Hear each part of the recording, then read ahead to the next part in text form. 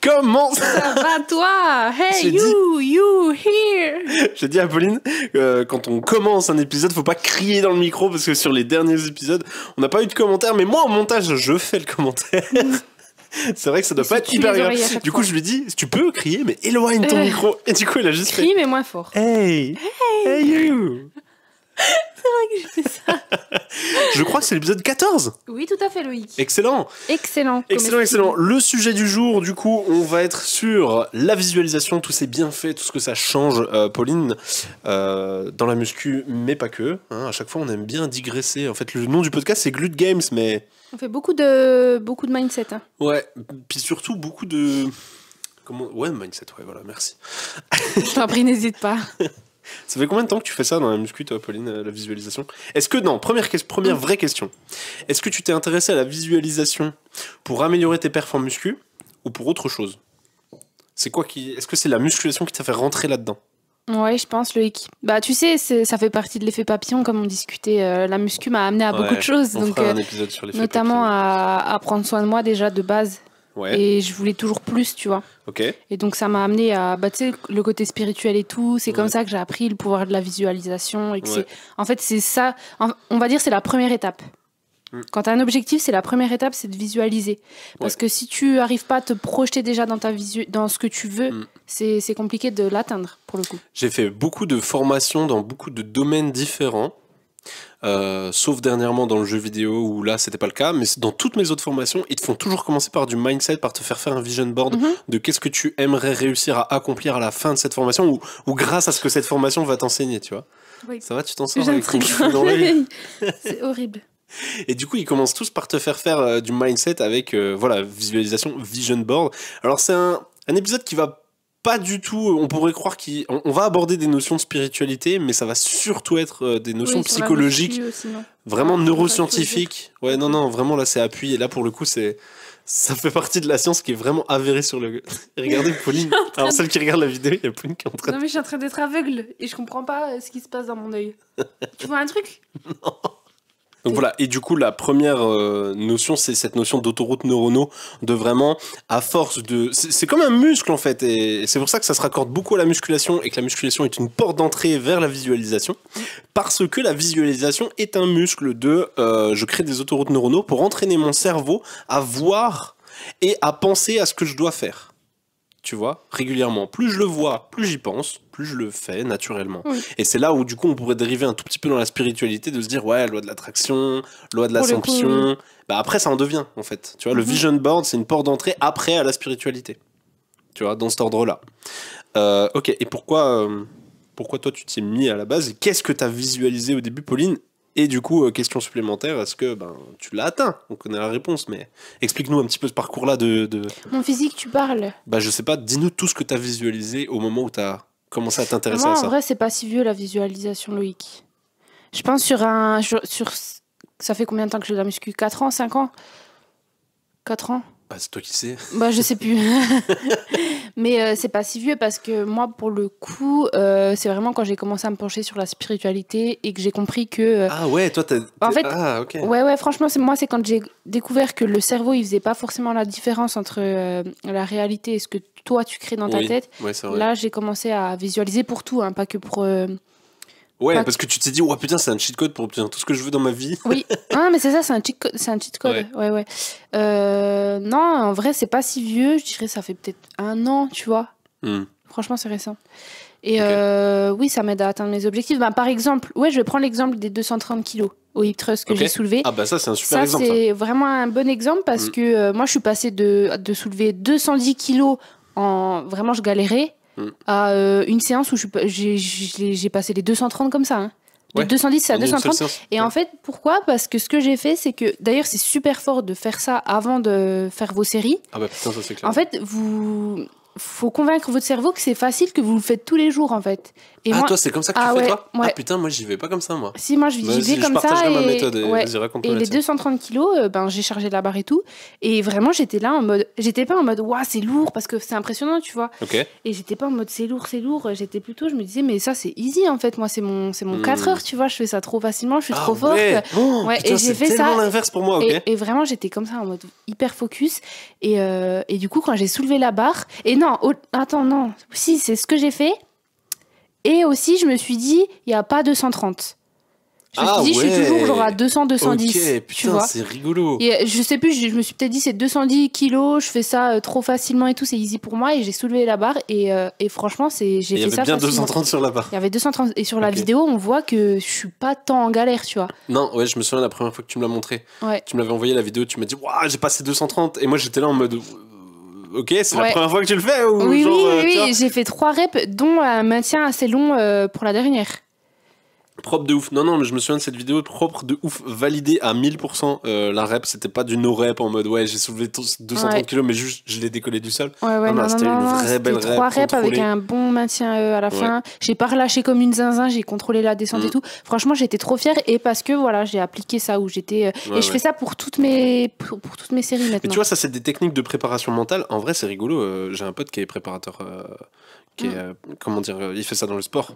Ça aurait été intéressant qu'on l'invite. Mais en vrai, je pense qu'on pourra faire des podcasts où on invite des gens à l'extérieur. Ouais, de ouf.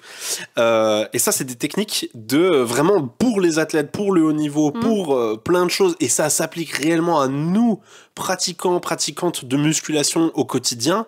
C'est vraiment des techniques. On n'a pas besoin d'être des athlètes de haut niveau pour utiliser ces techniques-là. Hein. Tout le monde peut les utiliser à partir du moment. C'est tellement simple. Vous avez un cerveau qui avec un minimum de points de QI.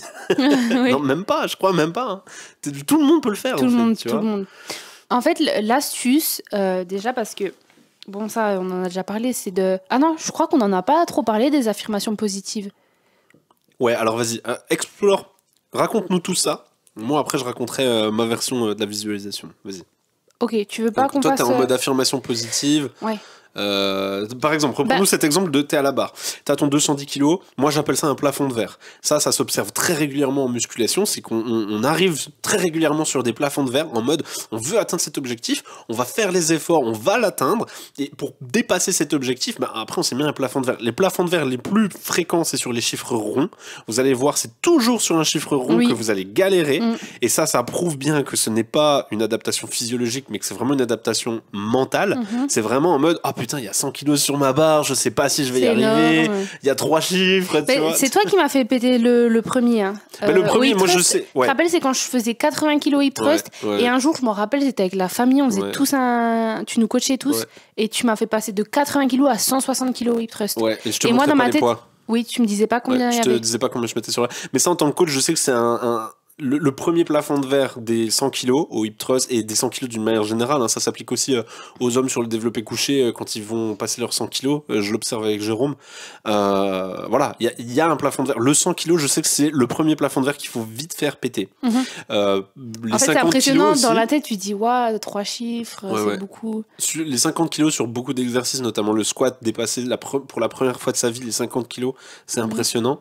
Et les 100 kg, alors que pour le coup, c'est pas impressionnant. 100 kilos sur le hip thrust. C'est vraiment pas impressionnant. Non. Vous êtes censé y arriver vite. Et du coup, moi, dans ce domaine d'expertise, je sais qu'il faut vite le faire péter, le premier plafond de verre. Il ne faut pas que vous vous impressionniez avec les 100 kilos sur votre hip thrust. Impressionnez-vous si c'est du soulevé de terre, encore plus si c'est du squat, évidemment. Ouais, là, je comprends, il est justifié, mais pas sur le hip thrust. Pour le squat, tu vois, tu parlais de ça... moi, je suis restée très longtemps bloquée à 60 kilos.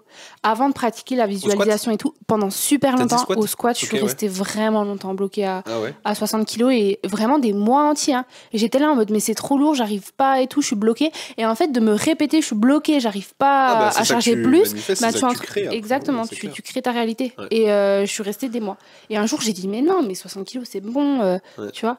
Et il y a beaucoup de femmes qui restent bloquées parce qu'elles sont impressionnées et elles entretiennent ça, tu vois. Alors tu vois, du coup, moi, ma version des faits, parce que, et ça, je sais pas si c'est, parce que t'es pas la première qui me dit que tu fais comme ça la visualisation en mode, tu vas arrondir les angles, tu vas adoucir la réalité et tu vas te dire, c'est dans mes cordes et je sais le faire. Et le point commun que j'ai dans toutes les personnes qui me disent que moi, mes techniques de visualisation, ben, c'est comme ça qu'elles le font, c'est des femmes. Et je ne sais pas si du coup c'est une technique de visualisation qui marche mieux chez les femmes par rapport à l'énergie féminine, etc., ou l'énergie masculine et d'autres. Et du coup, moi, je vais te partager ma technique de visualisation. C'est littéralement l'inverse. Je ne me dis pas, à aucun moment, j'essaye d'alléger ce que c'est. Je ne me dis pas, c'est plus facile que ce que ça en a l'air, et Loïc, t'en as vraiment les capacités, tu peux le faire. Je me dis l'inverse. Je me dis, ça, Loïc, ça, c'est difficile. Mais ça, tu sais quoi ? C'est l'heure, c'est maintenant que tu progresses et c'est maintenant que tu vas réussir à le faire. Ah ouais, c'est tout aussi fort, ouais. Ben oui, non mais c'est aussi fort. On est d'accord que sur le papier c'est aussi fort. Dans un scénario, tu te dis, bah ouais, vas-y, à l'aise. Et dans l'autre scénario, tu te dis, ok, c'est dur, mais j'y vais. Dans les deux scénarios, c'est une bonne technique de visualisation qui te fait progresser. Oui. Parce que moi, c'est la mienne et je sais qu'elle fait péter mes plafonds de verre quand j'en ai. Et toi, c'est la tienne. Et je sais qu'elle fait péter les plafonds de verre de beaucoup de monde aussi. Mais ouais, tu vois, ce truc de me dire, je me fous sous ma barre. Au squat, c'était, je crois que j'avais 200 kilos à cette époque. C'est énorme, Loïc. Ou 185. Entre 185 et 200, on va pas s'attarder là-dessus. Je me fous sous ma barre. J'ai jamais passé cette barre-là. Et je suis là en mode, quoi qu'il arrive, je la déglingue, cette barre. Je sais que jusqu'à présent, je n'ai jamais eu le niveau pour la passer.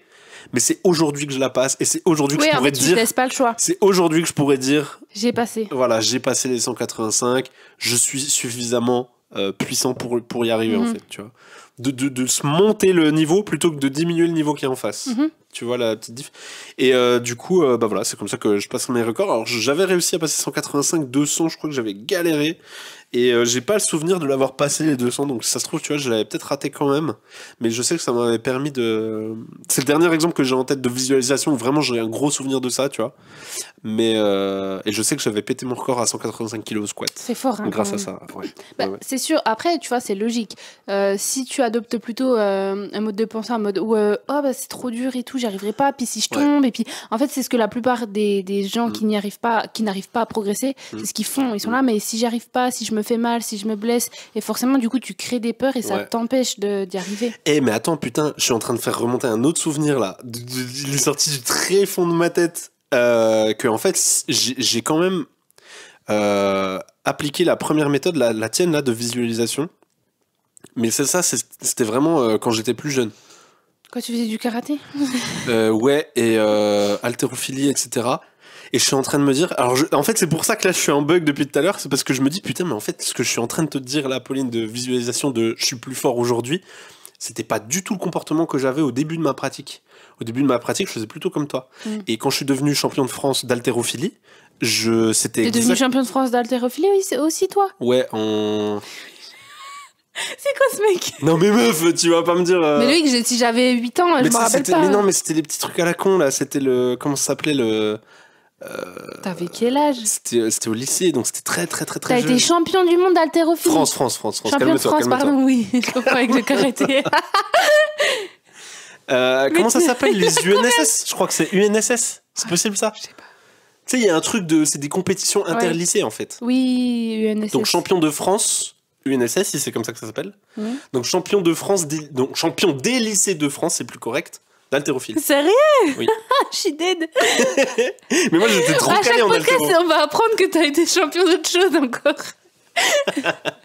Mais pourquoi mais Loïc, pourquoi tu le dis pas tous les jours, ça ? Mais parce que c'était au lycée, tout le monde s'en va les couilles. Mais moi, j'écrirais sur mon front 3e champion du monde de karaté et champion de France d'haltérophilie. Mais non, mais oui, mais c'était il y a longtemps.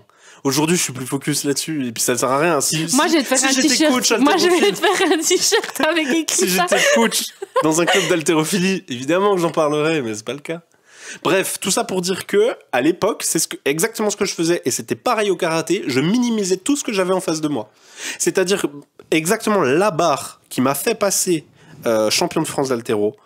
Donc là, à cette époque-là, c'était une barre que je te dise pas de conneries, de 115 kilos ou 110 kilos, une des deux, à l'épaulé jeté. Sérieux, Loïc ? Ouais, donc en fait, tu dois prendre la barre, tu la mets sur tes épaules. Mais pourquoi je suis pas au courant de tout ça, moi ? Et ensuite, tu jettes la barre au-dessus de ta tête. Le mec, il n'est pas de ma famille, en fait. Et ben, cette barre-là, c'était une barre que je n'avais jamais passée à l'entraînement. Et putain, j'ai un bon souvenir de ça, je suis en train de me dire. J'avais vraiment tous mes potes. Normalement, tu vois, t'es dans les gradins, le public était dans les gradins, et tous mes potes, ils étaient descendus des gradins parce que eux, ils étaient persuadés que j'allais la passer, ma barre, et du coup, ils étaient juste devant les jurys, ils étaient prêts à me sauter dessus au moment où j'allais passer ma barre, tu vois. Et moi, j'étais là en mode, je suis arrivé, mais vraiment comme un pan au milieu de la barre. Je suis arrivé tellement en me la pétant que tu sais, t'as 1 minute entre le moment où l'arbitre il te dit go pour passer ta barre, et entre le moment où tu dois commencer à soulever ta barre pour de vrai. Okay. J'ai failli, comme un con, me faire disqualifier parce que j'ai commencé à soulever ma barre, il me restait plus que 5 secondes. Oh non, t'es trop bête! Juste parce que tu faisais le kikos! Je faisais pas le kikos, je parlais avec un mec! Toi, t'es trop débile. En fait, je m'étais tellement mis dans un état de minimisation de ce qui est en train de m'arriver. Ouais. Non, parce que attends, je te donne un contexte pour te montrer à quel point. Attends, t'as soulevé 115 du coup? 115 à l'épaulé jeté. Et c'est ça qui m'a donné la première place. Écoute bien, Pauline. Écoute bien. On n'a pas des vidéos de ça? Ah bah si. Mais retrouve-les s'il te plaît. Ah ouais, putain, mais alors là ce serait galère. Hein. C'est sur mon Facebook. Tout en faudrait qu'on mette en montage limite sur le podcast. Longtemps. Faudrait scroller. Ouais, si je retrouve, je fais ça. En gros, je t'explique pourquoi ma stratégie à moi de bébé Loïc lycéen, c'était je visualise en minimisant ce qui m'arrive. C'était parce que tu es là en mode ton prof de PS, tu kiffes. Trop une bonne relation avec, il te fait comprendre que t'es doué en haltéro, il veut que tu participes au championnat de France, etc. Il y a littéralement toute la classe option sport qui t'a suivi à Paris. C'était à Paris? Oui. Donc il y a toute la classe qui t'a suivi. Sérieux? Alors ils sont pas venus pour moi parce que tout le monde, on était sur toute la classe qui était là. Scolaire, quoi. Sur toute la classe qui était là, je crois qu'il y en avait sur les 30 qui s'étaient en déplacement, il y en avait une vingtaine qui participaient. D'accord, donc j'étais pas le seul participant, loin de là. Loin de là. Il y avait vraiment. Mais t'imagines, il faut un bus juste pour toi. Non. Il y avait vraiment toute l'option sport. Parce que, tu sais, à l'époque, je sais pas si c'est encore comme ça aujourd'hui. Si. Voilà, tu prends des options. Moi, j'ai pris option sport et il y avait toute la classe option sport qui était partie, du coup, au championnat de France d'haltéro. On y va, donc. Il y a ton prof. Toi, déjà, t'as envie de le rendre fier, du coup, ton prof. Il y a toute la classe qui est là. Et pour le coup, eux, ils ont fini de participer. Parce que toi, t'es dans la catégorie des plus gros, hein, CF, ce que je disais, poids lourd au karaté dans un épisode précédent. Donc, t'es dans la catégorie des plus gros, donc tu passes en dernier. Et en plus, t'es en train de te qualifier pour devenir champion de France, donc forcément, il n'y a plus personne qui soulève une barre aussi lourde que la tienne. Donc, tu passes littéralement le dernier du concours. Ça veut dire que tout le monde n'a plus rien à faire de sa journée, tout le monde est concentré sur toi. Ça doit être impressionnant. Toute la classe est concentrée sur toi, le prof est concentré sur toi, le public, bon, j'en sais rien, mais il y avait du public quand même. Et en plus, on te dit que si tu passes cette barre, tu rentres avec la médaille d'or et t'es champion de France. Et en plus, tu seras élève méritant au lycée et t'auras une petite médaille. Putain, tu vois? Tu te rends compte du niveau de pression quand t'es lycéen? C'est ouf. T'as eu quel âge du coup? 17 ans? Dernière année de lycée. Ouais, 17-18. Ouais, 17-18. Donc, voilà le niveau de pression. Donc, tu comprends que la stratégie, on va dire, un peu évidente, c'est du coup je minimise ce qui m'arrive. Et comment je minimise ce qui m'arrive? Je fais genre que je suis pas là pour ça, tu vois. C'était une carapace, pour éviter de stresser en fait. Et je discute avec un mec juste avant d'arriver sur le plateau, alors que l'arbitre m'a appelé, et je suis là en mode, et la barre, je ne regarde même pas le poids qu'ils ont mis sur ma barre, tu vois. Mais c'est eux qui choisissent. C'est eux qui règlent. Ah non, toi tu annonces le poids que tu veux sur ta barre, et c'est eux qui règlent la barre après, tu vois. Ok. Je sais plus comment ils s'appellent ces gens-là, ils sont avec le corps de l'arbitre et du coup ils font en sorte que les barres soient nickel au bon poids, tu vois. Et du coup forcément j'arrive et tout, je regarde pas du tout le poids qu'il y a sur la barre, il y a le truc, et je me souviens, je me suis mis un coup de pression en tournant la tête en voyant que sur le chrono il restait 5 secondes et que ça passe à 4, 3, et je suis en mode j'ai vraiment aucun moment pour me préparer. Du coup la barre je la prends, je la pète en fait, tu vois, et c'est passé. Et c'est passé comme ça, tu vois. J'ai vraiment passé Moi, je veux trop voir cette vidéo. Faudrait que je la retrouve. Et on voit, je me souviens dans la vidéo, on voit toute la classe qui se rue sur le... C'est vrai? Ouais. Mais ça doit être génial devant comme les arbitres souvenir. et tout, puis ils me portent et mais tout. C'est génial. Ouais, ils me font tous un câlin. On est peut-être pas les 30, mais je crois qu'on est au moins 15 sur sur le truc. Ça doit être trop bien comme souvenir, les émotions. C'est un super bon souvenir. Ouais, c'était un super bon souvenir. Mais voilà, tout ça pour dire que je ne sais pas qu'est-ce qui m'a fait switcher entre la stratégie de je minimise ce que j'ai à faire ou je maximise mes compétences que j'ai pas encore réussi à développer. En fait, je pense que ça dépend la situation. Comme toi, une situation, là, il y a beaucoup de pression, tu vois, comme tu dis, il y a beaucoup de gens qui te regardent. Enfin, c'est pas rien, c'est énorme ce qui se passe. Donc peut-être que pour justement te protéger de ça, tu vas minimiser pour éviter de trop stresser. C'est pour te donner un peu de l'air aussi, tu vois. En ouais, mode, sinon t'imagines la pression de ouf, que tu dors plus de la nuit. Ouais. Et tu vois, je pense que c'est pas comparable avec une situation où juste t'es tout seul à la salle, t'aimerais faire un nouveau, tu vois, PR. Si, un père, ouais, mais moi je pense que c'est comparable. Moi c'est ça que je dis, Tu crois? justement. Bah, c'est carrément comparable. Ouais, mais tu stresses pas quand tu vas à la salle et tu dis, bon, mon objectif c'est de faire un nouveau PR. C'est pas le même stress que quand tu participes à un championnat, Loïc. Non, c'est pas ce que je dis. Ce que je dis, c'est que potentiellement c'est la même manière de gérer ton plafond de verre. C'est que là, mon plafond de verre, c'était. J'ai jamais dépassé 105 kilos. 105 kilos, c'était mon max à l'entraînement. Ah ouais, donc... Je savais que je passais 105 kilos à l'entraînement. Ok. Et donc, ce que j'avais annoncé pour. Tu sais, en général, quand tu fais des compètes, t'annonces un petit peu en dessous pour être sûr de verrouiller. Parce qu'avec le stress, tu vois, tu sais pas. T'as le droit à 3 barres en fait en compète. T'as 3 barres. En tout cas, à l'époque, c'était comme ça. On devait annoncer 3 barres. Et tant que tu réussis, du coup, tu continues. Et si tu rates, t'es obligé de. Ah non, t'es même pas obligé. Tu peux annoncer un autre poids. Mais bref. Et sur les 3 poids, moi, j'avais annoncé la première à 95. Et on m'avait dit, Loïc, la deuxième, faut tout de suite que tu passes à 105 parce que sinon, t'es pas sûr de verrouiller la deuxième place. Et quand j'ai passé les 105, on m'a dit, ok, là, Loïc, tu peux jouer pour la première place parce que, par contre, la première, elle est à 115. Pour faire en sorte qu'il y ait assez de points à la fin. Okay. Ce que je dis, c'est que ton plafond de verre, moi, à ce moment-là, il était à 105. Parce qu'à l'entraînement, j'avais déjà essayé de passer 110 et je n'avais pas réussi. C'est ouf. Tu vois, c'est pas comme si le 115 kilos... Mais... En fait, ce qui est fort, c'est que t'as même pas eu le temps de réfléchir à est-ce que oui ou non t'allais réussir à la passer, vu que je pense que ça se trouve, c'est ça aussi qui t'avait gagné, tu vois. C'est que j'ai fait exprès. Si t'avais eu le temps visualisation par la minimisation. Oui, non, mais là, du fait qu'il te restait que 5 important. Non, mais là, du fait qu'il te restait que 5 secondes. Ouais. Tu vois, t'as même pas eu le temps de. Ça, pour le coup, c'est le hasard, je pense. Oui. Ça, c'est vraiment en mais mode. C'est ce que je dis. J'ai pas fait exprès, ça, tu vois. C'est ce que je dis. Imagine, t'aurais eu peut-être 20 secondes pour te préparer et tout. Peut-être que t'aurais. Ce serait revenu. Ça se trouve, t'aurais commencé à flipper, te dire putain, est-ce que je vais y arriver, tu vois. Peut-être. Ça se trouve, c'est une super bonne chose. Enfin, ça a été une très bonne chose qu'il te reste que 5 secondes. Voilà. Mais et du coup, ce que je dis, c'est que ça a été, en attendant, une excellente manière, une excellente technique de visualisation par la minimisation pour dépasser ce plafond de verre. Et j'en ai un bon souvenir. Maintenant, je ne sais pas pourquoi, ça par contre, j'arrive pas à retrouver, pourquoi j'ai switché, je n'utilise plus du tout cette méthode de visualisation. Et que je suis vraiment dans le dur en mode, ok, maintenant, paf, tu te donnes les moyens, tu passes. Ouais, il y a un switch, mais après, si ça fonctionne mieux aujourd'hui. Aujourd'hui, c'est ça qui fonctionne mieux pour moi. Voilà. Genre, si je minimise, j'y arrive plus. Parce que j'y crois pas, en fait, tu vois. Donc, je pense que c'est important à toutes nos auditrices, peut-être, de leur dire, c'est que il faut y croire. Peu importe la technique que tu utilises, il faut que ce que tu visualises, tu sois capable d'y croire. Ouais. Moi, j'ai une technique pour ça, parce que, de toute façon, ça nous arrive à toutes, tu sais, mince, je trouve pas le terme, de s'auto-saboter. Oui. Et en fait, quand vous vous surprenez à avoir des pensées négatives, comme par exemple, j'y arriverai pas, c'est trop lourd ou autre, et ben dès que vous vous surprenez à avoir ce genre de pensée, vous inversez le truc. Moi, c'est ce que je fais maintenant.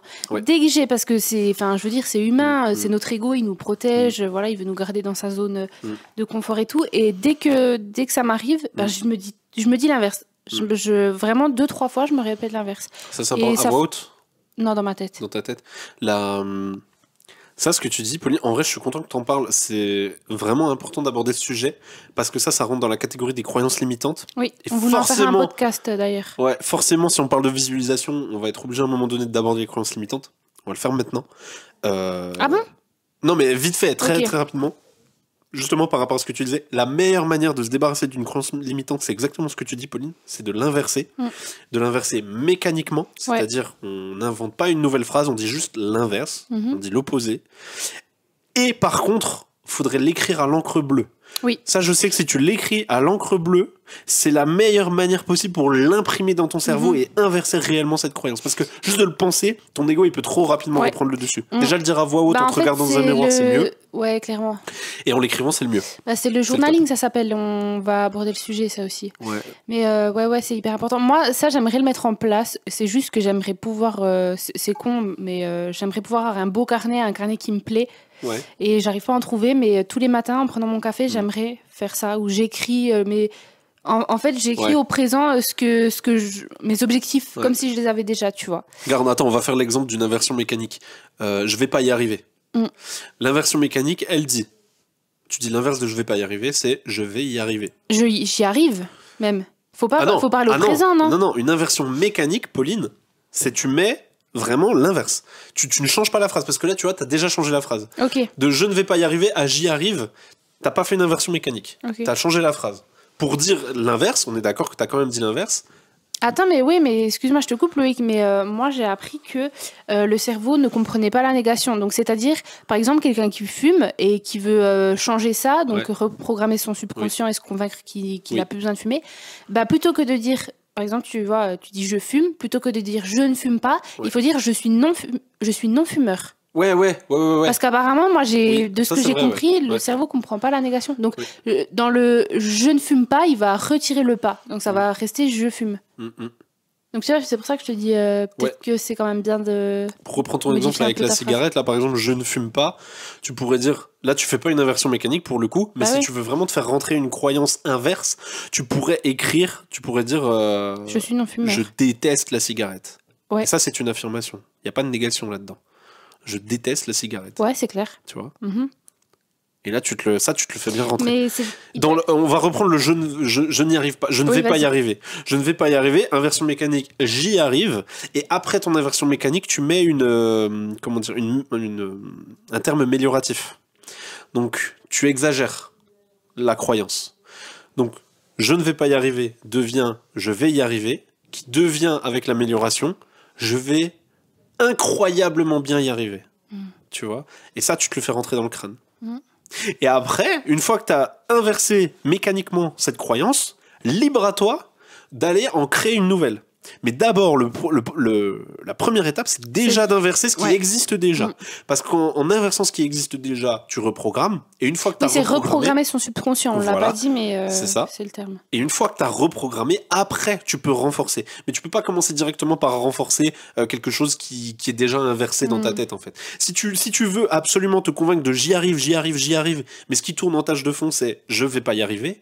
À ce compte-là, en fait, ça sert à rien. T'es juste en train de perdre ton temps et t'es en train de te créer une frustration vis-à-vis de toi-même. Ouais. Tu vois Ou une frustration future, parce que tu vois bien que ça va pas marcher ce que t'es en train de faire. Donc c'est très important de déjà inverser, prendre le temps de bien écrire à l'encre bleue, sur un cahier à la main, ok, pas sur le téléphone ou quoi, ça marche pas du tout, faut vraiment le faire à la main. C'est fort d'écrire. Ah ouais, c'est super moi, j'ai fait une lettre, j'ai rédigé une lettre comme si, en fait, j'écrivais en 2025. Par exemple, cette lettre-là, je l'ai rédigée en août de cette année. Okay. Et ben sur le papier, j'ai écrit août 2025. Ouais. Genre vraiment la même date à laquelle j'ai écrit tout. Ouais. Et en fait, j'ai écrit tout ce que j'ai et pourquoi je suis reconnaissante. Oh, ah ouais, ok. Ouais. Et en fait, cette feuille, je sais même plus où elle est d'ailleurs. Mais je crois que c'est je la retrouverai je la retrouverai un jour. Ouais. Et en fait, apparemment, c'est une méthode qui est hyper puissante parce que t'envoies ça comme message, tu vois. Ouais. Et un peu comme un la mer. Ouais, voilà, ou un peu comme une liste t'envoies au Père Noël, tu vois. Ouais. Et tu sais que t'auras tout ça. Et tu vois, moi j'avais fait cet exercice, mais pas pour cet objectif-là. J'avais fait cet exercice pour ancrer les changements que je voulais voir. Oui, mais tu peux faire ça avec tout. Ouais. Et du coup, je l'ai vraiment fait l'exercice. Il s'est vraiment écoulé. J'avais écrit pour dans 6 mois. Je l'ai ouvert. J'avais vraiment oublié. Je l'ai ouvert 8 mois plus tard. Et j'avais pas tout à fait tout ce que j'avais annoncé, mais ça m'avait hyper touché parce que j'étais là en mode waouh, mon moi de il y a 8 mois, comment je me voyais. Parce que tu vois, dans la lettre, tu te parles au futur. Plus souvent, hein, moi, je le fais tous les ans. Ok, ouais, tous les ans, je me fais. Alors, ça, c'était un exercice à part, donc c'était vraiment l'exercice de la lettre, comme tu viens de dire. Mais moi, ce que je fais tous les ans, c'est une vidéo de moi, face caméra, à mon anniversaire. Et je me souhaite joyeux anniversaire. C'est trop bien. Aujourd'hui, je l'ai pas fait l'an dernier. J'ai pas fait l'an dernier, mais la dernière fois que je l'ai fait, enfin, je sais. Ça, c'est génial. Je dis bon bah voilà, salut Luc. Aujourd'hui, j'ai 28 ans. Je dis, tu vois, donc c'était il y a 2 ans. Mais c'est génial. Ouais. J'ai 28 ans et je décris juste ce que je vis. Ouais, je dis pas forcément ce que j'espère, je dis juste ce que je vis aujourd'hui au présent, ce que j'ai accompli, mes fiertés de l'année, mes espoirs pour l'année à venir. C'est trop bien. En plus, toi, t'es de janvier, donc c'est trop bien. Ça fait à chaque fois une année complète. Voilà, c'est ça. Ça fait toujours une année complète, mais t'as compris ce que je veux dire. Pour les bonnes résolutions et tout. Et du coup, je le fais et je me suis dit que je ne regarderai jamais ces vidéos. Enfin, je ne regarderai que ces vidéos. J'ai le droit de regarder ces vidéos qu'une seule fois tous les 10 ans. Donc là, pour mes 30 ans, je vais toutes les regarder. Et la prochaine fois que je les regarderai, ce sera pour mes 40 ans. Et à chaque fois, j'en fais tous les ans. Ou alors, tous les ans, tu regardes celle qui date d'il y a 10 ans. Ah ouais, ou je pourrais faire ça aussi. Ouais, parce que sinon, ça va être frustrant. Mais du coup, je vais pas le faire avant un petit moment encore. J'ai commencé à le faire à l'âge de 24 ans. Ouais, donc quoi, quand t'auras 34 ans. Ça fait 6-7 ans que je fais ça. Ouais, donc faut que t'attendes encore 4 ans. Voilà. Waouh, c'est trop bien comme idée, je trouve. Mais d'écrire, de se parler à soi-même, je trouve que c'est hyper puissant. Ouais. Je voulais dire un truc, mais du coup, j'ai oublié. L'exercice de la lettre à vous-même, moi je vous le recommande. Vous cristallisez dans une lettre les engagements que vous prenez envers vous-même et vous parlez à votre vous du futur de dans 6 mois ou de dans 1 an ou de dans même 3 mois, si vous voulez. Moi j'ai lu un bouquin qui s'appelle Objectif, je sais plus du tout l'auteur. Objectif, et en fait dedans il a c'est Objectif pas... le titre. Le titre c'est Objectif point d'exclamation. Ouais. Ok. Alors, le mec était très. Non mais franchement ce livre est puissant, Loïc, et il explique à quel point c'est tellement important de se convaincre déjà qu'on est capable et que on crée notre réalité et qu'il y a. C'est pas le nom de l'auteur? Ah non, je sais plus. Bah, en fait j'ai pas retenu le nom de l'auteur parce que je l'ai écouté sur Audible, je l'ai pas lu, je l'ai écouté sur Audible. Okay. Et dedans, il dit faut noter à chaque fois. En fait, dans tous les chapitres, il te dit exactement ce qu'il faut que tu notes, tu vois. Et non, ça c'est vrai, ça je suis d'accord avec ça. Ah oui, c'est ça que je voulais dire. Moi, j'ai pas arrêté de me dire depuis le début de l'année, et puis même fin 2023, je sais pas pourquoi, je me suis toujours dit en 2024, ça va être mon année, il va m'arriver des choses de dingue. Ah bah, c'était le cas, non? Et en fait, j'étais convaincue de ça, et le fait de te convaincre de ça, tu t'amènes à des situations. Tu le provoques. T'as tous les canaux open, t'es là en mode s'il m'arrive le moindre truc, je suis sur le qui-vive, je regarde, je suis à l'affût et je suis prête à le saisir. Exactement. De toute façon, la chance, ce n'est que la rencontre de... Tu l'as ou pas? Non, mais je vois ce que tu veux dire. La chance, ce n'est que la rencontre de la préparation et de l'opportunité. Oui. Si t'as l'opportunité, mais que t'es pas prête, tu pourras pas la saisir. Ouais. Oui, pour moi, il n'y a pas de chance. Pour moi, ça n'existe pas, tu vois, la chance. Il y a que des opportunités. Vraiment, tu la provoques. Et en fait, pareil, ce que j'aime bien me dire le matin, et j'aimerais bien avoir ce réflexe tous les matins, c'est pas le cas encore, mais ça m'arrive, c'est de se dire, aujourd'hui va m'arriver quelque chose de merveilleux. Et quand tu te le dis, dès que tu te réveilles, genre vraiment instantanément, et tu peux être sûr que dans la journée, parce que comme tu dis, tu vas faire attention à la moindre petite chose. Et les peu de fois où j'ai réussi à avoir cette pensée en priorité quand j'ouvrais les yeux, à chaque fois il m'arrivait des trucs trop bien. Il paraît que c'est aussi puissant de le faire juste avant de t'endormir. Oui, on parlait de la phase Theta. Ouais, juste avant de t'endormir et au réveil. Parce que juste Theta ou Alpha? Theta. Ouais, à chaque fois on sait pas. Si, c'est Theta. Juste avant de t'endormir, si tu le fais, tu calibres ton cerveau pour ça pendant la nuit, donc en fait t'es en train de te programmer ton subconscient littéralement pendant que tu dors, et si en plus dès que tu te réveilles, en fait t'es open pour attaquer ta journée sur ce genre d'événements, donc ouais, c'est clair. Ouais, ça c'est trop fort. Et même des petits trucs, tu vois, la dernière fois que je me suis dit ça, aujourd'hui va m'arriver quelque chose de merveilleux. Des fois ça peut paraître tout bête, mais juste je suis allée à la salle et il y a une nana qui faisait que de me regarder. Je te l'ai dit ça. Ah ouais, c'était il y a pas longtemps ça. C'était il y a pas longtemps, c'était la semaine dernière. Elle arrêtait pas de me regarder, puis à un moment donné je me suis dit bon, c'est quoi, enfin c'était un peu gênant, tu vois. Elle a fini par venir me dire écoute, je voulais juste te dire que j'adore ton physique, j'aimerais trop te ressembler. Ça c'est ouf. Et elle est partie j'aimerais bien qu'on vienne me dire ça là. En fait ça m'a fait trop plaisir, surtout que moi mon physique en ce moment il me convient pas du tout, comme j'en ai déjà parlé. Dans une phase où t'es pas. Bah ouais, à cause de ma prise de poids et tout, bref. Et le fait qu'elle vienne me dire ça, instantanément, je me suis dit, mais c'est ça mon truc merveilleux d'aujourd'hui, tu vois. Parce que ça m'a fait tout plaisir. Ça m'a fait trop plaisir. Et j'ai eu le smile pendant les 10 minutes qui ont suivi ça, tu vois. Non, mais c'est clair. Parce que c'est rien, mais te rends compte comme c'est fort de juste aller voir les gens et de leur faire un compliment. Ouais, ça, parce que tu vois, quelque chose dans lequel moi je suis pas bien en ce moment, juste une nana pendant plusieurs minutes, elle m'a fait enlever ça, tu vois. Ça, c'est hyper fort. L'amour, ça s'additionne pas, ça se soustrait pas, ça ne fait que se multiplier. Ouais. Genre, elle est pas repartie avec moins d'amour. Ouais. Genre, tu vois, juste, elle en avait, elle te l'a posé là, et elle est repartie avec le sien, et toi, t'en as eu d'un coup alors que t'en avais pas. Mais tu vois. Oui, et en plus, vraiment, elle attendait rien en retour, tu vois, elle était pas là en mode... en plus, ça m'aurait fait plaisir de partager des trucs avec elle, tu vois, elle m'a pas dit, tu fais quoi comme exo et tout. Non, son objectif, c'était juste de me complimenter. Ouais. Et vraiment, elle est partie tout de suite. Juste, elle m'a fait le compliment, puis elle est partie. Vous êtes gêné aussi de le faire. C'était trop, mais je me dis, c'est fort de réussir à faire ça, tu vois, c'est vrai, déjà. Parce que moi, combien de fois je le pense que je trouve des femmes trop belles ou trop bien habillées, ou tu vois, et je le fais pas. Pourtant, je me dis, j'aimerais bien des fois aller leur dire, parce que je sais à quel point ça fait plaisir, tu vois. Je pense que si tout le monde prenait plus le temps de le faire, si on osait, tu vois, je pense que le monde irait mieux déjà. Ouais, non, mais je suis d'accord. Ok. Et du coup, pour revenir sur le sujet de la visualisation, donc... On commence encore à s'éloigner.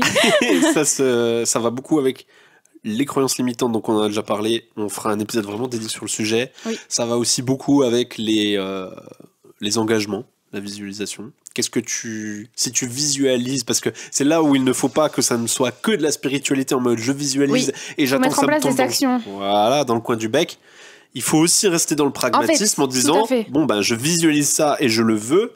Et concrètement, dans la réalité, dans le quotidien, les actions sont X, Y, Z. De toute façon, on le dit tout le temps, on le cite souvent cette phrase, c'est qu'est-ce que mon moi comme toi, c'est dans sa pleine puissance ou moi dans son. C'était quoi moi déjà? Bref, qu'est-ce que votre version idéale de vous ferait? Par exemple, là, en exemple, j'avais noté... Oui, c'est le verbe faire en plus que tu utilises, donc c'est pas le verbe autre chose que faire. Oui, voilà. Et comme moi, en exemple, j'ai mis, admettons, là, vous avez un objectif physique précis en tête, sauf que vous aimez trop la malbouffe, parce qu'au début, c'est très dur de s'en détacher, de comprendre que c'est chaud, quoi, tu vois, de mal s'alimenter. Vous pouvez vous dire à ce moment-là, est-ce que de manger ce repas, ça va me rapprocher de ma vision? Ça, il peut y avoir un côté très délétère quand même sur ce genre de choses. C'est là où il faut être très très... En fait, c'est dur. Ça, pour moi, c'est la partie la plus dure à mettre en place, ce que tu viens de dire. Parce que tu pourrais trop te développer une frustration, de l'envie et du coup... non, bien sûr. Tu vois. Mais en même temps, si juste tu y vas pas en mode frustré, mais que tu y vas en mode simplement curieux de dire bon bah ouais, la meilleure version de moi-même, là, ce qu'elle fait à ce moment-là, c'est ça. Elle va pas se faire le burger à McDo, elle va se faire ce petit plat de pâtes aux lentilles corail, tu vois. Ouais, j'ai peur que tu dises une salade. Non, des pâtes bolo aux lentilles corail, c'est exceptionnel, c'est super bon. Ah là là, t'en as déjà fait? Bah tout le temps. C'est incroyable, tous les jours. Une fois toutes les 2 semaines, ça, je dirais, ouf. à peu près. C'est trop bon. Oui. Et dedans, t'as... En plus, nous, c'est végé, donc même si c'est pas végé d'ailleurs, pas de bolo.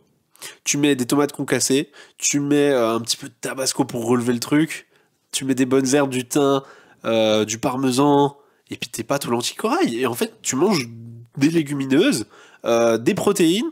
Tu peux te rajouter un œuf si tu veux faire que ta sauce elle soit un petit peu plus... qu'il y ait un peu plus de matière dans la sauce. Tu mets des haricots rouges, donc t'as encore plus de légumineuses.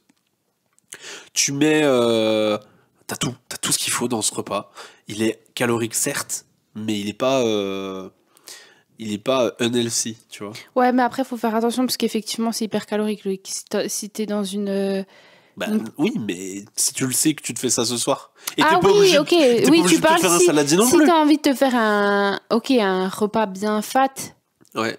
T'es pas obligé de te faire un saladier. Tu peux manger ce que je viens de dire, qui est quand même, il y a quand même une densité calorique au mètre carré, on est d'accord sur ce genre de plat, mais juste tu te fais une assiette normale, il y a pas de problème. De toute façon, ce sera mieux que de se faire un McDo, ça c'est clair.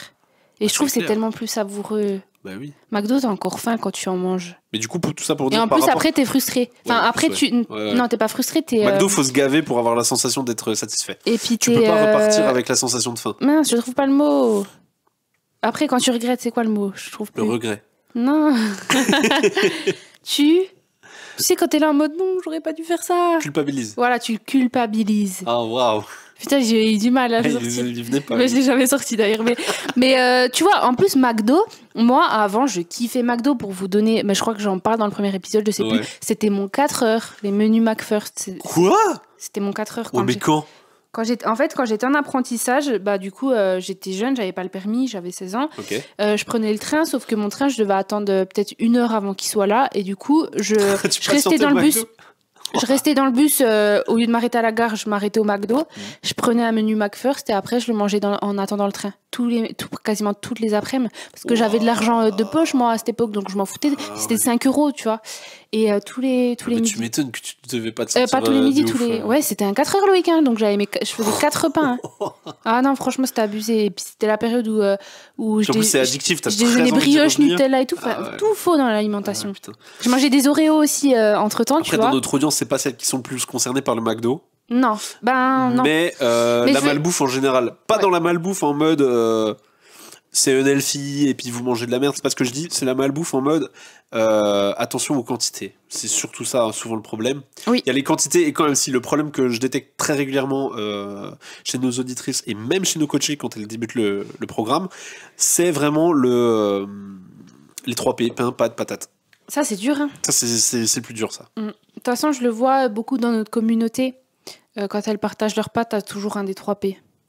Souvent. Pas toujours. Non, pas toujours, mais souvent. Souvent. C'est compliqué. Hein. Tu sais que même les pommes de terre, la plupart des gens, ils sont en mode c'est safe, tu vois. C'est des féculents. Et il m'en faut. Féculents une fois par jour. Et du coup, franchement, les féculents, moi je suis en croisade comme ça. Allez, ça y est, je m'énerve, c'est parti. Les féculents, c'est mis en place. Enfin, c'est une croyance qui est véhiculée par des nutritionnistes, voire certains diététiciens. Il y a une différence de diplôme entre nutritionniste et diététicien. Donc déjà, faites attention à ça. Mais quand même, certains diététiciens qui ne sont pas à la page et qu'ils ont obtenu leur diplôme dans des organismes de formation qui sont financés par des lobbies industriels. Oui, c'est ça qui me rend folle. Et tu comprends pas où il est le problème, pourquoi là ? tu m'engueules ? Moi, je suis d'accord avec toi. Ouais, mais c'est toi que j'ai en face de moi. Il a envie de me péter la gueule. Non, mais est-ce que tu te rends compte du problème structurel qu'il y a dans le fait de dire je vais faire mon diplôme de diététique pour aller conseiller des gens pour les mettre en bonne santé par rapport à ce qu'ils mettent dans leur assiette et par rapport à ce qu'ils vont mettre dans leur corps, et moi je vais leur donner des conseils et je vais aller chercher mon diplôme qui est financé par Nestlé. Tu te dis pas qu'il y a un problème à un moment donné ? Si, mais moi ça me rend ouf parce qu'en plus t'en as plein sur les réseaux qui sont là, ils ont ce diplôme, ou c'est quoi que t'appelles ? Comment ça s'appelle ? Bah, diététicien. Ouais, mais les diplômes en diététique, ça dépend, tu peux aller les chercher, ça dépend dans l'organisme de formation. Ils sont certifiés là-dedans, quoi. Ouais, voilà. Et il y en a, ils sont juste nutritionnistes, ouais, c'est encore mais plus du simple. coup, ils sont persuadés d'avoir la science infuse. Et moi, quand le je diplôme, vois... c'est un problème en France. Vous savez, quand on voit ces vidéos en mode de voilà comment vos assiettes doivent être composées, donc ils sont là en mode des pâtes ou du riz, mais souvent des pâtes en plus, des pâtes, des légumes et une source de protéines. Ouais. Et ils te mettent de la viande rouge, quoi. Ouais. Oui, source de protéines. Pas de viande rouge et petits haricots, quoi. Je sais pas si tu te souviens, je crois que je l'ai jeté, ce petit livret. Tu te souviens le petit livret que j'avais vu il y avait eu un tampon ministère de la Santé, et dans le livret, il te disait qu'il fallait manger de la charcuterie plusieurs fois par semaine. Oh non, charcuterie, quoi hein. Il disait pas de la viande, hein. Il disait de la charcuterie. Mais quoi ? Il disait oui, la charcuterie, due à sa teneur élevée en sel, nous ne vous recommandons pas d'en manger tous les jours, mais plusieurs fois par semaine est conseillé. Ça m'avait fait vriller. Ça m'avait fait vriller. La charcuterie, c'est tout ce qu'il faut éviter. Tu sais, moi, je vais parler d'un truc par rapport à papy, là. Ouais. On a un grand-père qui, pour le coup, il a beaucoup de problèmes de santé. Et il a un bouquin. Alors, je sais plus qui lui avait recommandé d'acheter ce bouquin, mais en gros, c'était pour réussir à guérir lui-même son cancer, tu vois. Okay. Et dedans, donc, c'était concernant que l'alimentation. Oh, wow. Et dedans, ça disait d'arrêter la viande. Ça disait d'arrêter le gluten. Ah bah c'est bien ça. Ça disait que des bonnes choses. J'imagine. Ce livre était incroyable. Ouais. Tout était. Ça disait pas d'arrêter le poisson par contre, mais à petite dose, genre poisson, saumon et tout. Ouais. Mais par contre, ça disait d'arrêter la viande et que pas d'arrêter genre. Viande rouge, c'était exclu. Voilà, viande blanche. Poulet, c'était ok de temps en temps, tu vois. Bref, en vrai, ce bouquin était trop bien. Et papy, il était là en mode, mais ils disent que de la merde dans ce bouquin, de toute façon, et tout, je te jure, il pète un peu. Et en fait, les gens ne veulent pas comprendre. Enfin, j'en viens à parler de ça parce que, tu te rends compte, guérir un cancer à travers l'alimentation. Attendez pas, là où je veux en venir, c'est attendez pas d'avoir un cancer pour vous dire, faut peut-être que je fasse attention à mon alimentation. Ouais, mais là, on part dans l'extrême négatif, sachant que nous, ce qu'on recherche, c'est l'extrême positif. C'est en mode, je ne veux pas faire les choses pour éviter d'eux. Je veux faire les choses pour continuer d'avoir. Tu vois, il y a une grosse différence. Ça, c'est une question que je pose souvent, du coup, dans les bilans en forme, quand vous voulez rejoindre le coaching. Du coup, on vous fait un petit peu un état des lieux. Et moi, c'est une question que j'aime bien poser. Est-ce que tu as déjà atteint le corps de tes rêves ? De toute façon, c'est binaire. C'est soit oui, je l'ai déjà eu, soit non, je l'ai jamais eu et j'aimerais l'obtenir. Moi, derrière, ça traduit vraiment l'état d'esprit de ok, donc cette personne, si elle l'a déjà eu ou si elle ne l'a jamais eu, du coup elle est forcément câblée dans le je vais faire les choses pour éviter de, ou je vais faire les choses pour avoir ou pour continuer d'avoir. Et en fait, quand tu fais déjà ce réglage-là, ça change absolument tout ton comportement. Parce que si tant que tu fais les choses pour éviter d'eux, tu ne sais pas vers quoi tu vas en fait. Tu sais pas pourquoi tu fais les choses, puisque par définition, tu les fais pour ne pas obtenir quelque chose de néfaste que tu voudrais éviter d'obtenir. Donc en fait, tu fais les choses dans le vent, sans vraiment avoir de plan, et il n'y a pas vraiment quelque chose de solide et de constatable qui va t'aider dans ta motivation. Alors que si tu fais les choses pour continuer de te sentir bien dans ton corps, pour continuer d'avoir le corps de tes rêves, pour continuer de te sentir sexy, pour continuer d'avoir cette confiance en toi que tu as depuis que tu as le corps de tes rêves, c'est beaucoup plus simple. Ouais, les émotions, ça c'est fort aussi, c'est de se visualiser par exemple. Imaginez-vous un exercice qui est bien à faire, vous êtes devant le miroir, qu'est-ce que vous voyez dans le miroir? Qu'est-ce que vous aimeriez voir dans le miroir? Et quelle émotion ça vous ferait ressentir? Et ça, c'est très fort aussi. Tu parles d'émotion. Oui, parce que si l'émotion qui remonte, c'est de la honte, c'est très problématique. Bah, on en parle dans l'épisode... Si c'est de la peur de ne pas y arriver, c'est problématique. Dans l'épisode aussi. 13 Non. Épisode 12. Spiritualité, dev perso et pragmatisme. Je crois que c'est le titre de l'épisode. Le 13, c'est micronutrition. Donc c'est le 12. Ok, là on en parle. Les émotions, c'est très fort. Ouais. C'est ce qui vous amène un petit peu à... Ce qui va vous driver, c'est le plan. Ouais. C'est le plan, c'est vos émotions. Donc voilà, tant que vous faites les choses par... Après, une émotion reste une émotion, c'est-à-dire que c'est quand même un carburant. C'est-à-dire qu'il vaut mieux avoir une émotion négative qui vous fasse faire les actions qui sont justes, plutôt que de même pas savoir pourquoi vous les faites, en fait, tu vois. Vaut mieux faire ces actions, on va dire, par peur de pas y arriver, par colère de devoir vider quelque chose, que de pas les faire, tu vois. Oui, totalement. Ouais. Au moins c'est quand même un moteur. Oui, si vous, par exemple, si vous vous sentez pas bien dans votre corps et que ça vous met en colère, oui, ça peut être un carburant. En mode, je veux plus ressembler à ça. Et puis tu vas de manière furieuse t'entraîner, tu vois. Tu sais alors je vois souvent des vidéos comme ça sur des reels qui tournent sur Insta de femmes qui sont à la muscu, qui se sont mises à la muscu parce que elles ont, en gros, elles viennent de se faire larguer. Ok, ouais. Et en fait, c'est leur moteur. C'est un moteur, ouais, mais c'est un moteur. Et il y a énormément il y a énormément de femmes qui sont là et parce qu'elles veulent, c'est de la colère en fait, tu vois, et elles extériorisent à travers la muscu. Qui sont concernés par ça. Même chez les hommes, hein. En mode, je veux reconquérir mon ex, ou alors au contraire, je veux prouver à mon ex que j'étais mieux que ce qu'elle croit. Attends, j'ai entendu un truc et franchement, c'est tellement vrai, je pense, par rapport à ça, aux séparations. Ouais. Qui dit quand tu veux savoir qui a fait le plus de mal à l'autre dans la relation, regarde celui qui a le plus glow up. Le plus, ouais. Et c'est celui-là qui a subi le plus de douleur. Ah ouais, je savais pas ça. Le plus de douleur, ouais. Et c'est vrai. Que ça peut se vérifier. Mais oui, quand tu vois quelqu'un, il y a eu une rupture et tout, la personne qui a vraiment eu du mal à s'en remettre, qui a vraiment mal vécu le truc, tu remarques pas qu'à chaque fois elle veut glow up de ouf, en mode échange de coiffure, elle se met au sport et tout. C'est un truc de fou, comme c'est un vrai moteur. Ça peut être un très bon carburant. Et ne jamais juger le carburant d'une personne, parce que tant qu'elle fait les actions qui sont justes, il faut juste l'encourager en fait, tu vois.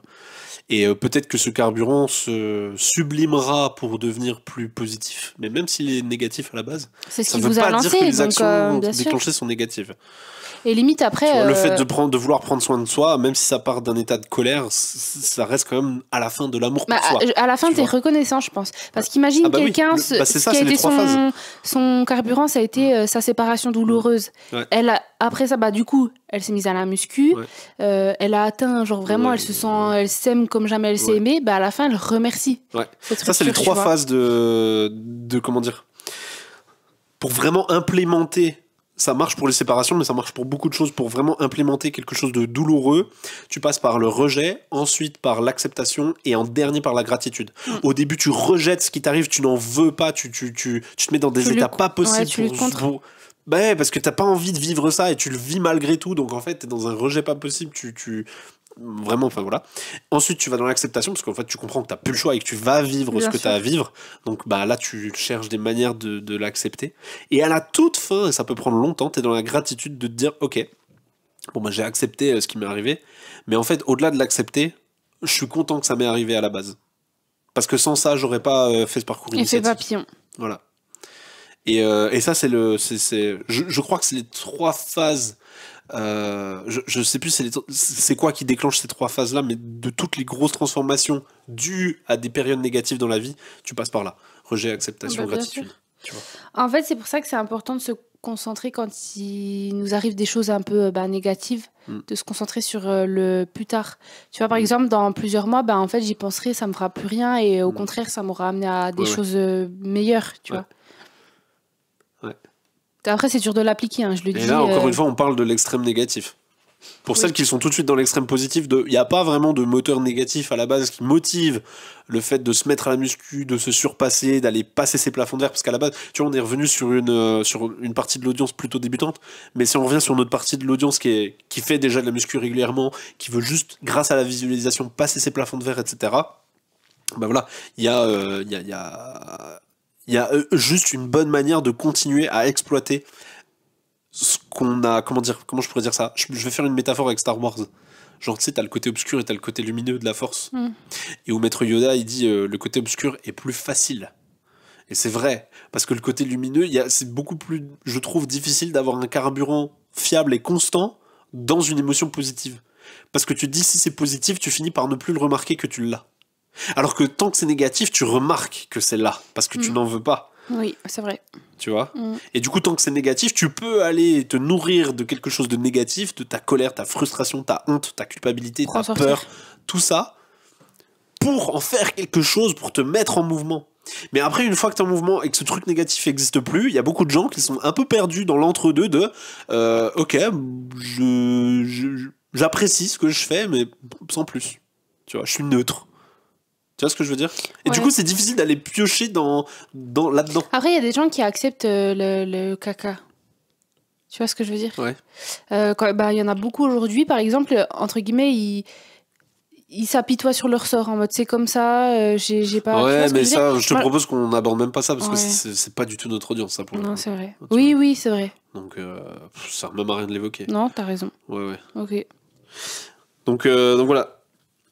Donc, si vous reconnaissez là-dedans, pourquoi j'en parle? Parce que moi, j'ai été longtemps concerné, même encore beaucoup aujourd'hui dans certains aspects de ma vie, de ce truc d'entre-deux de, ok, visualiser c'est beau, avoir des objectifs c'est bien, mais concrètement, il est où mon état de bonheur au quotidien, en fait, tu vois? Parce que j'aimerais quand même juste me sentir content tous les jours, et pas juste content, j'aimerais me sentir vraiment en joie, j'aimerais être enthousiaste avec la vie d'une manière générale, etc.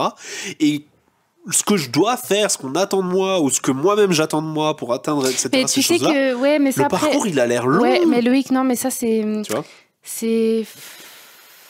Comment dire, c'est complexe comme sujet parce que tu vois, moi qui suis beaucoup dans la spiritualité et tout, je suis beaucoup de personnes comme ça sur les réseaux, et il y en a un que j'aime beaucoup, il dit en fait c'est toi qui décides d'être heureux.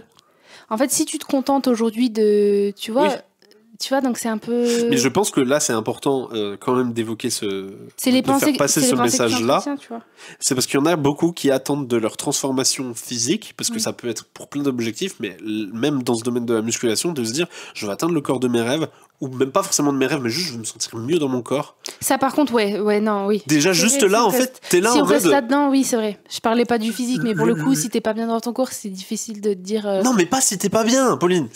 Recalibre-toi vraiment avec moi. Je te dis, quand tu es sorti du négatif, que tu as déjà vu un petit peu des choses, etc., mais que t'es quand même pas encore dans l'état final que t'aimerais être. Oui. T'es dans cet entre-deux-là, en fait. T'es dans cet entre-deux de « Ok, c'est un peu mieux, je me sens bien, mais c'est que bien. » T'as pas encore le truc trop bien. La vraie transformation, là, genre le corps idéal que tu visualises. Et ça, potentiellement, si t'es pas accompagné, on va en profiter pour vous faire une petite promo pour le coaching et pour rejoindre le school. Donc rejoignez le coaching et le school pour ça accélérer, prend des années, pour aller vite. Ça prend des années quand t'es tout seul. Mais oui, si tu restes tout seul, ça va te prendre longtemps, ça va te prendre des années. Tu fais quoi dans cet entre-deux-là, en fait, tu vois, où tu ne te détestes plus, mais où concrètement tu te kiffes pas non plus. Je vais donner un exemple. J'ai eu une femme au téléphone pour un bilan, et en fait elle dit que elle, son objectif, elle se l'est fixé, elle a dit dans 2 ans, moi j'ai atteint mon physique. Et je lui ai dit mais potentiellement c'est très lucide, potentiellement toute très seule, délétère, toute seule. Et j'ai dit mais 2 ans, oui, si t'es toute seule, enfin tu vois, et je lui ai expliqué parce qu'en fait ce qu'il faut bien comprendre, c'est que quand t'as accompagné, c'est vrai qu'on fait un peu notre promo là, c'est un peu aussi l'objectif du podcast. quand t'es toute seule, effectivement, ça prend tellement longtemps. Et la route, du coup, elle te paraît interminable. Ouais. Alors que nous, pour le coup... C'est traverser du désert, là. Putain, alors que nous, pour le coup, en 3 mois, déjà, t'as des trucs de ouf. Je pense souvent à Gundo en ce moment. Ouais. T'as vu en 2 mois? À Gundo, en 2 mois. Hein. 2 mois, elle... Mais Le t'as l'impression délire. que c'est pas la même personne. Je l'ai montré à quelqu'un avant-après. Ouais. Et on m'a dit, mais c'est pas la même personne. Hein. Ouais, j'ai dit, je t'assure. Métamorphose. Ouais, et t'arrives pas à te dire que c'est Il est attends, c'est en 2 magnifique son mois. avant-après. Je suis Incroyable. très très fier de Gundo. Gundo, si t'écoutes le podcast, dédicace. Ouais. Franchement, j'adore ta motivation, j'adore ce que en tu plus, fais. oui, elle a une motivation de ouf. Elle Ouais. est très très active sur la commu. Franchement, trop bien. Ouais. Et en fait, c'est incroyable parce que tu te dis, attends, toi, tu te donnes 2 ans toute seule pour atteindre ton objectif. Et en 2 ans, il peut se passer des choses. Bah, il peut se passer trop de ça va choses. être les montagnes Ouais. russes. T'auras vite. Tu vois, si tu vois pas 2 ans, ça veut dire que tu mets du temps à avoir des résultats. Non, mais forcément. 2 ans, c'est quoi T'as- la grosse condition, Pauline? T'as le temps de pour te dire, l'avoir en 2 ans. putain. C'est quoi la grosse condition? Parce qu'il faut pas lâcher pendant 2 ans. Ouais. T'imagines toutes Non, les mais, opportunités attends, que tu vas mais avoir de lâcher? Dis-toi que juste en prenant des spécialistes qui savent exactement ce qu'il faut faire, Ouais. tu passes de 2 ans à 3 mois. Attends, moi on me dit ça, mais je dis. 1 mois ou j'arrête. 2 mois si t'as la bonne génétique. 2 hein. mois comme Gundo. Ouais. Gundo, il a une très bonne génétique. moyenne bonne génétique. Donc ouais. Incroyable. Je vais faire la métaphore, c'est la métaphore de l'architecte. Je sais pas si je te l'ai déjà faite. Genre, si tu veux construire la maison de tes Tu l'as rêves. déjà fait dans le podcast. Ah ouais? Il y a pas si longtemps Dans d'ailleurs. le podcast? Oui. Merde! Le mec se répète. Je vais le dire pour celles qui le redécouvrent et je vais le faire très court pour celles qui l'ont déjà entendu. Si tu veux construire la maison de tes rêves, a priori, tu vas faire appel à un architecte. Tu vas pas... Ça, c'est l'option A. L'option B, c'est de te dire, ben, je vais juste acheter les plans Je de crois ma que tu l'as maison. fait au dernier podcast, que t'abuses même. Bah ouais? Oui, oui. Mais non. Oui. En gros, c'est soit je fais tout moi-même et ça me prend une éternité, c'est même pas sûr que ce soit bien fait, Ouais. soit je l'appelle direct un architecte et il le fait comme il faut. Non, mais parce qu'en fait, j'ai des déclinaisons depuis. Pour vraiment que ça parle aux gens. Genre, tu veux construire la maison de tes rêves, option A, tu mets un architecte. Option B, t'achètes les plans de l'architecte, mais tu fais pas appel à lui. C'est toi qui le fais. Option C, tu vas regarder des tutos YouTube, t'achètes pas les plans nulle part, tu vas les faire toi-même les plans, et tu vas tout construire toi-même, tuto YouTube. Et option D, tu es en full autodidacte. Tu regardes même pas les tutos YouTube. Tu te dis, vas-y, moi je construis ma maison. Je prends une planche, j'y vais. Tu T'imagines? vois. Et du coup, la majorité des gens, quand il s'agit de la maison de rêve, tu dis, ah bah ouais, si je veux faire ma maison de rêve, je fais appel à un agent immobilier qui va me la trouver, qui existe déjà, ou un architecte qui va me la créer pour qu'elle existe. À aucun moment, ça concerne 1% de la population qui vont se dire, vas-y, je le fais moi-même. Et même pas, je suis même pas sûr que ce soit 1%. Il y a Alors juste Christophe. C'est celle- Alors que si d'un coup la consigne n'est plus fais la maison de tes rêves mais fais le corps de tes rêves, là d'un coup les probables sont complètement inversés. C'est plus du tout 1% de la population qui va faire lui-même, c'est 99% de la C'est population ouf, hein. qui vont faire eux-mêmes. Alors que c'est la même technicité, c'est la même difficulté et ça va prendre le même en temps. fait, je pense vois. que les gens, ils sont pas. En fait, ils y croient pas que tu peux avoir des résultats si rapidement. Non, moi je pense pas. Moi je pense que c'est un gros problème d'ego qu'ils se disent je peux y arriver tout seul. Ouais, mais il y a les deux, Loïc. Ouais. Alors que là, peux y alors arriver. que tu sais, la vraie diff, c'est que quand on te dit fais la maison de tes rêves, d'un coup tu te rends compte de la complexité parce que c'est concret, c'est matériel. Tu te dis, je vais te donner un marteau, des clous et les Ouais, planches et je vais c'est te ça, demander c'est de me parce que faire c'est 4 murs matériel. et un toit. Et les gens ils vont voir à quel point ça va prendre du temps et des efforts et de la complexité. Parce que le temps et les efforts, tu peux te dire en muscu, ok, il faut du temps et des efforts. Mais la complexité, c'est là le problème que nous on a, c'est que ça a l'air simple. Tu vois, ça a l'air, ben non, ben juste je vais à la salle, je fais 3 squats, je fais ça tous les jours et je reviens et j'aurai réussi. Tu vois, le problème, il est là. Je en prends fait. mes compléments et puis c'est bien. Et Alors encore, que- faut savoir lesquels prendre. Tu vois, déjà, juste ça. Après, ça. t'as beaucoup d'infos Lesquels sur les prendre, réseaux. quand les Ouais, prendre, ouais, enfin. en vrai, ouais. Non, ouais, c'est t'as trop raison. complexe. Je te Ouais, jure parce que la que faut métaphore. filtrer en plus sur les réseaux, Eh oui. t'as de tout et n'importe Je quoi. te jure que cette métaphore avec la maison de tes rêves et l'architecte, c'est exactement calqué sur. Parce que même en termes de durée, tu veux faire appel à un agent immobilier ou à un architecte pour vivre dans la maison de tes rêves, ça va te prendre minimum 6 mois à 1 an. Tu vois. Nous, on te fait pas le corps de tes rêves en 2 ou 3 mois, c'est pas ça qu'on te dit. On te fait une première transformation. Le corps de tes rêves, c'est la même durée que l'architecte, c'est 6 mois à 1 an. Accompagné. Déjà en 3 mois, tu vois que t'as des putains de Déjà en résultats 3 de mois, tu ouf. fais une putain de Et, transformation. et en plus, t'imagines, comme t'es déter quand tu vois ce que tu peux avoir en 3 mois. Ouais. Donc forcément, tu te dis en 1 an, mais. Et c'est la même. C'est-à-dire que architecte, agent immobilier, 6 mois, 1 an. Tu achètes juste les plans. Bon, bah, ça va te prendre plus de 2 ans de construire toi-même, même avec les plans. Tu vois. Si t'as pas les plans, que tu fais que des tutos YouTube, bon, bah, c'est indéterminé, ça va te prendre très longtemps. Et si tu fais tout en autodidacte et que tu regardes même pas des tutos sur YouTube, c'est improbable. T'as très peu de chances d'y arriver. Tu vois, il y a beaucoup de fort à parier que tu vas faire une connerie structurelle et que à la moindre pluie, tu vas te prendre une inondation et que tu vas devoir tout recommencer à zéro. Tu vois. Et ça, c'est exactement calqué sur option A. Nous, c'est tu rejoins le coaching et t'es accompagné et t'as ce qu'il faut. En plus, tu te prends même plus la tête parce que t'as plus à chercher sur les réseaux et tout. En vrai, je me mets à leur place, ça doit être tellement pénible. Limite, tu perds du temps de ouf à essayer de construire tes trucs toi-même pour un résultat qui est pas ouf. Option B chez nous, ça correspond au school, c'est-à-dire t'achètes juste les plans. C'est-à-dire t'achètes le programme, tu rejoins le school, t'as pas l'accompagnement, le truc sur mesure de tout l'architecte qui va faire dans le détail de ton corps de rêve, etc. Non, là t'as le programme, tu le suis, tu le fais, ça te mettra peut-être un tout petit peu plus de temps, mais au moins t'as la direction. Option C, c'est t'as ni l'accompagnement, t'as ni le programme, mais tu nous écoutes sur Spotify, tu regardes nos trucs sur Insta, c'est des tutos YouTube. Tu vois, c'est-à-dire les tutos, vas-y, l'exercice c'est ça, tu fais ça. Mais concrètement, t'as pas les plans. Et l'option D, c'est tu vas à la salle, mais en mode YOLO, t'arrives comme un cow-boy, tu sais pas ce que tu fais. Et c'est là en mode cow-boy, c'est trop ça. Tu vois. Arrête de me toucher le pied. Bah c'est toi, tu t'étends là. Mais non. Moi je suis plié depuis tout à l'heure, regarde toi, t'as les pattes sous mes. Donc voilà, tout ça pour dire que.